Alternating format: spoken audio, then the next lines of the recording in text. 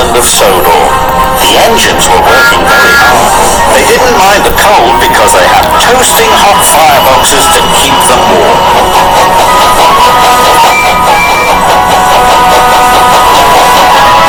That evening, the Fat Controller came to the sheds. "There's a big freeze coming tonight," he said. "James and Percy are to deliver extra coal to the stations." "Yes, sir," they said eagerly, and the Fat Controller drove away. "You'd better hurry," teased Thomas, "or Scary Jack Frost might get..."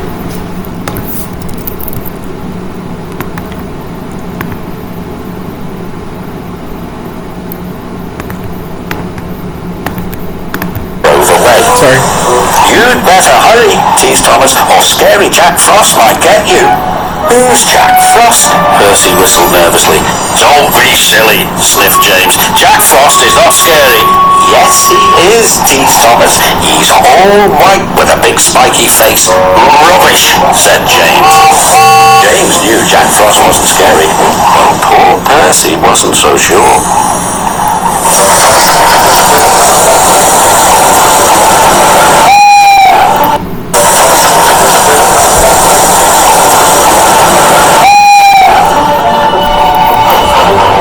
Percy shivered. "Jack Frost is not scary. Jack Frost is not scary.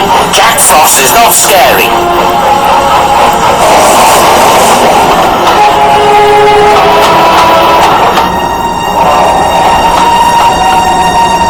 Meanwhile, James puffed along his route. "Silly Percy," he thought.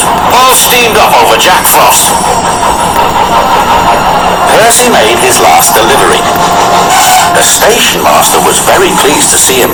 "Oh, Percy," he cried, "we need twice as much coal to last through this freeze." "Don't worry," Percy said. "This is my last stop. You can have mine." So Percy's driver parked them in a siding with only a lantern for company. "Do you think Scary Jack Frost will find me?" said Percy. "Jack Frost's not scary," chuckled his driver, "and don't worry, Elizabeth will bring you some more coal in the morning." And then his driver and fireman went home to bed.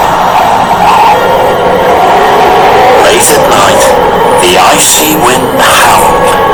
It started to snow.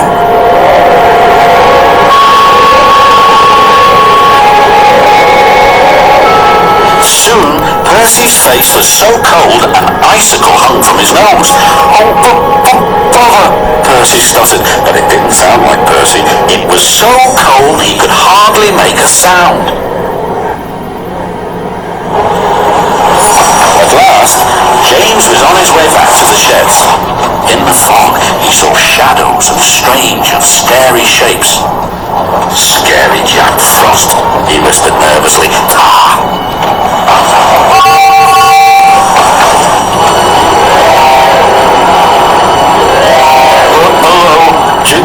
"James," muttered Percy icily. "Scary Jack Frost!"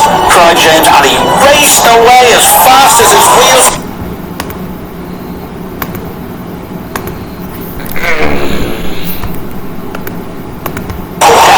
He didn't stop until he got back to the sheds. The next morning, Elizabeth brought plenty of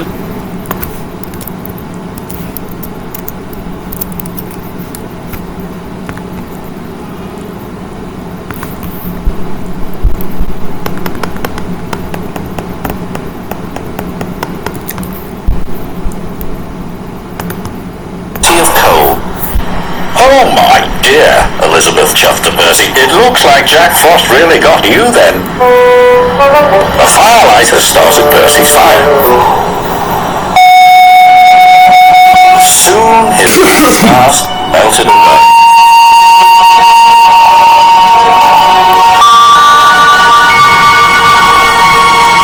"So Scary Jack Frost is only frost," tooted Percy happily.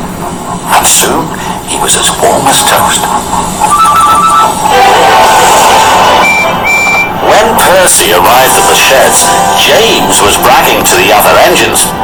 "I saw Scary Jack Frost last night," James huffed. "He even knows my name." "He also knows that you ran away," teased Percy.